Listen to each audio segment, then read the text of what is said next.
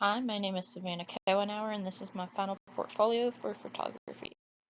A little introduction on what we're going to be talking about throughout this PowerPoint. So this semester we covered several topics that were essential to good photography. Each will show the categories that we learned that actually had subcategories, and each I picked an image that I thought best represented those categories. I'm going to talk about those images throughout the PowerPoint and show how they are showcased and what makes them a good example of the subjects that we learned. So as you can see, we're going to cover composition, light, black and white photography, perspective, and portraits. The 5 images that I decided to showcase are Watermelon Bloom, Play the Fife, Pillars of Knowledge, Puzzled Edges, and The Cookie Thief, which were 5 of my favorite photos from this. So this is Watermelon Bloom. It represents composition, which was one of the first topics we covered. As you can see, it's a beautiful, beautiful flower that I took at a downward angle. The downward angle represents a feminine, fragile, soft feel, and it gives a delicate approach to the image. I also use portrait mode to blur the background and put the focus on the subject by enlarging the subject close to the camera. It immediately guides the viewer's eyes to it. There's a sense of balance with this flower. As you can see, there's a whorled arrangement of the leaf pattern, and with the leaf pattern you can see that it's not tilted to one side or the other. It doesn't feel heavy in any direction. It kind of gives an equal balance to the flower and a sense of symmetry almost. You can also see that there's a good color contrast with this flower. So you see a bright green, but it's countered by a dark pink and a light pink and different shades that make it more visually appealing. And there's a repetition of the leaf pattern colors and serrations of the leaf edges that overall create the composition of this image. Next we have light. This is Play the Fife. Several kinds of lighting were actually used to put this image together. So hard lighting is represented by the direct lights coming from the string lights overhead. I took this image at nighttime, so I did have to use an ISO that was actually high for the environment because it's so dark out, and the aperture was very low, so I had to use low f-stops, more exposure, and you can see that there's not as much detail as maybe in the last photo where it was a brighter day. The soft lighting, on the other hand, is created by the entire neon sign in the fife that doesn't make it shadowed, but it creates a way for the sign to stand out, and it's a little softer than the direct light that is shown overhead on the string lights that actually create shadows and different highlights on the image on the building. Also use the rule of thirds, which is a topic that we learned from composition, but we carried it out with every image throughout this semester. So the sign is placed in the right third of the image to give an equal balance and visual appeal instead of off-centering it or putting it directly in the center. And you can see the leading lines on the building are created coming towards the sign and sets the image at an angle instead of straight on. Also used a slow shutter speed for this environment, which I regret in the end, and I think I would use a higher shutter speed. The light was harder to capture and created a lot of glares the first several times that I took it on a low shutter speed, so if I were to go back and retake this image, I would use a higher shutter speed to see if I could capture any better pictures. Next we have black and white.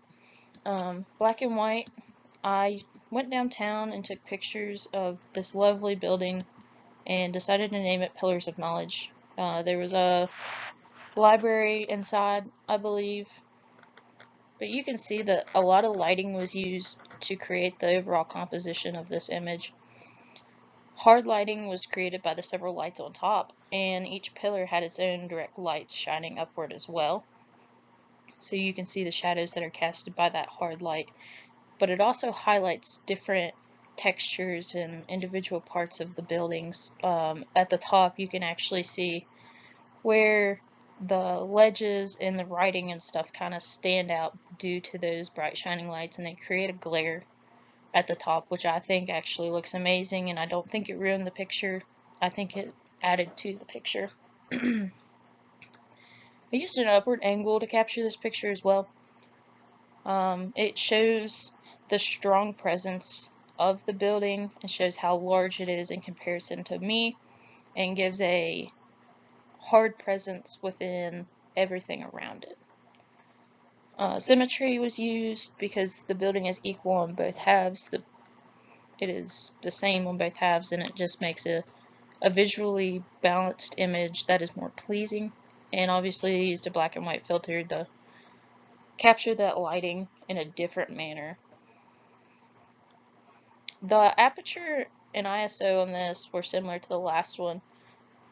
The only difference was there's a higher exposure due to the harder lighting than the last image.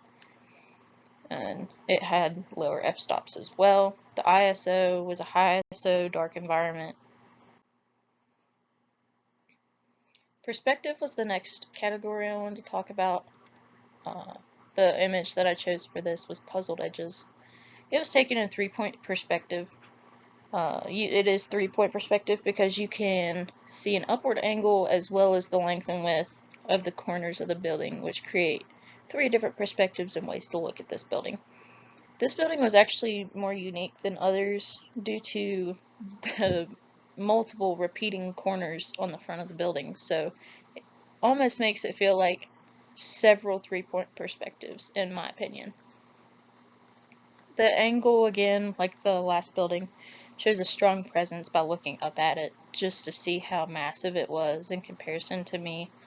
The hard lighting from the sun, it was about noon when I took this, it creates the glare and shadows and a stronger presence and highlights the building more, in my opinion.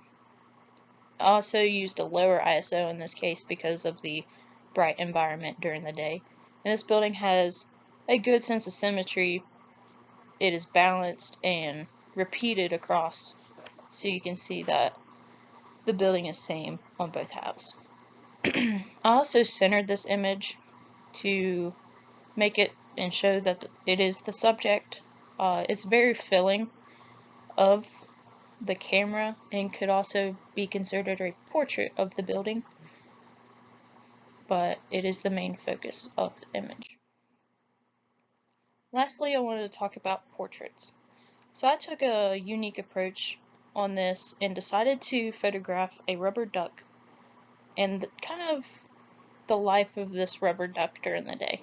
And I wanted to get creative with it and be more unique. So I placed the rubber duck in a box of cookies and made it look like it was stealing a cookie, hence the name The Cookie Thief. So the angle I used was downward to give a feminine, fragile appeal to the duck, kind of like you would do with many portraits of a normal person. I used a zoom to kind of enlarge the duck and make it the center focus of the image, but I didn't want it to be filling the entire camera because every image would have been the same in that case. But I think it did a good job to put the focus on the duck and nothing else. The blank background also contributed to that, with the portrait mode blurring the white box.